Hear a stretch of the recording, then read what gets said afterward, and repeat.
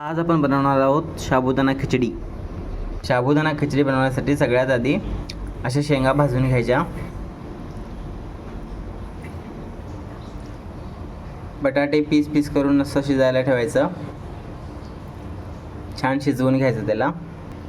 हे बघा शेंगा भाजलेल्या आहेत आमच्या. हे बघा आमचे पोटॅटो आता शिजलेले आहेत. पोटॅटो 80% बॉईल करून घ्यायचं. शेंगा मिक्सरमध्ये घातलेले आहे. आता आपले शेंगदाणे मिक्सरला लावून झालेले आहे. अभी हमारी कढ़ी इधर आ गई है. अभी हम लोग गैस चालू करेंगे, धीमी आंच पे रखेंगे इसको थोड़ा अभी गर्म होने के बाद ऑयल डालेंगे हम लोग 3 टेबलस्पून. अभी ये 3 टेबलस्पून हम लोग अंदर से डाल रहे हैं. देखो हो गया 3 टेबलस्पून. हो गया. देखो अभी ये जीरा है, हम लोग जीरा डालेंगे इसमें. जीरा थोड़ा ज़्यादा ही डालेंगे, टेस्ट आएगा. ये जीरा डाल दिया हमने. अभी थोड़ा सा ज़्यादा डालेंगे स्वाद के लिए. डालेंगे मिर्ची, फ्रेश कटा हुआ मिर्ची डालेंगे. अभी हम लोग 3-4 मिर्ची लिया है. आराम से डालेंगे, इसको उड़ता है. 3 से 4 मिर्ची घालायला पाहिजे. सर्व करेंगे.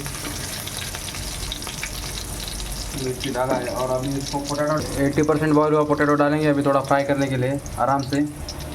थोड़ा पानी है इसलिए आराम से डालेंगे.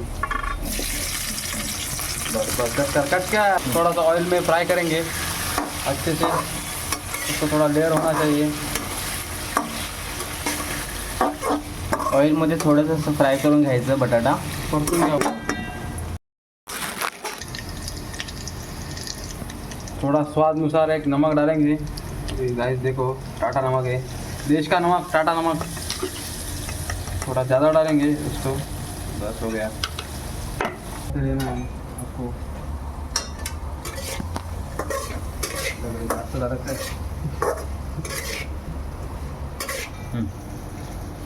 साबूदाना डालने वाले हैं.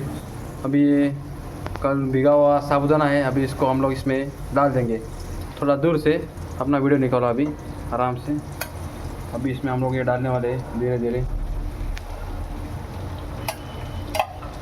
काल भिजवलेले साबुदाणे. देखो साबूदाना देखो कैसा हुआ है. ऐसा होना चाहिए, ऐसा टूटना चाहिए. देखो हो गया अभी. ओके. अभी हम लोग इसको स्टर करेंगे धीरे धीरे. शेंगा बाद में डालेंगे. रुको ज़रा, फ्लेवर आना चाहिए. शेंगा नंतर घालायचं. मिक्सरला लावलेल्या शेंगा आता याच्यामध्ये आपण टाकूया. थोड्या सगळ्या टाकूयात का. नको आपण थोड्यात टाकूयात. जाऊ दे. घाल रे सगळं. सगळ्या टाकूयात. बरोबर घेतलेलं आहे. आता शेंगदाण्याचा कूट टाकलेला आहे आपण. आता त्याला आपण थोडंसं स्टर करूया जेणेकरून ते एकजीव होईल. ओके.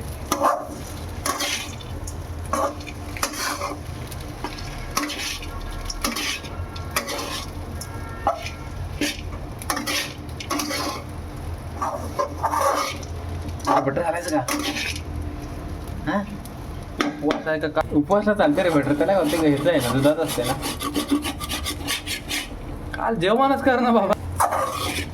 आता अशी मस्त आपली खिचडी झालेली आहे. मोकळी मोकळी खिचडी झालेली आहे. आपण सुंदर झालेली आहे बघा खिचडी. आता आपण त्याला थोडंसं स्टर करून घेऊया आणि नावासाठी थोडीशी कोथिंबीर बघूया.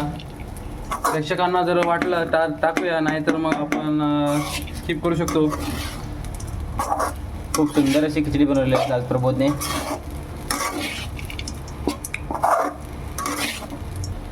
हे कोथिंबीर आहे, हे ऑप्शनल आहे तुमच्यासाठी. टाकायचं की नाही, तुम्हाला नसेल आवडत किंवा नसेल चालत तर नाही टाकलं तरी चालतंय. टाकायचं. आम्ही छान सध्या टाकतोय, गार्निशिंग करायला टाकतोय आम्ही.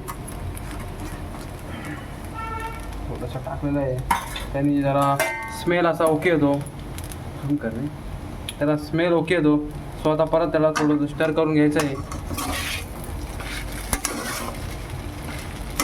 वाव, सुंदर अशी साबुदाणी खिचडी रेडी.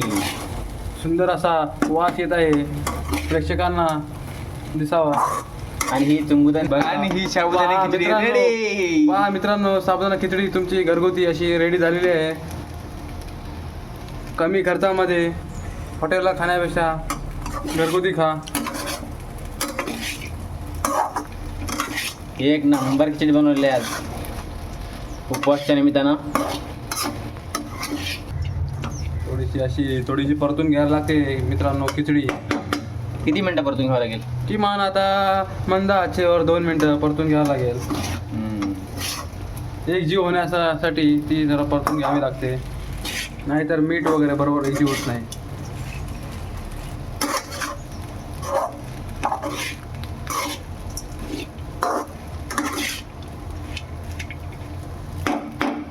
पाहू शकता मित्रांनो, सुंदर अशी खिचडी झालेली आहे. वाव.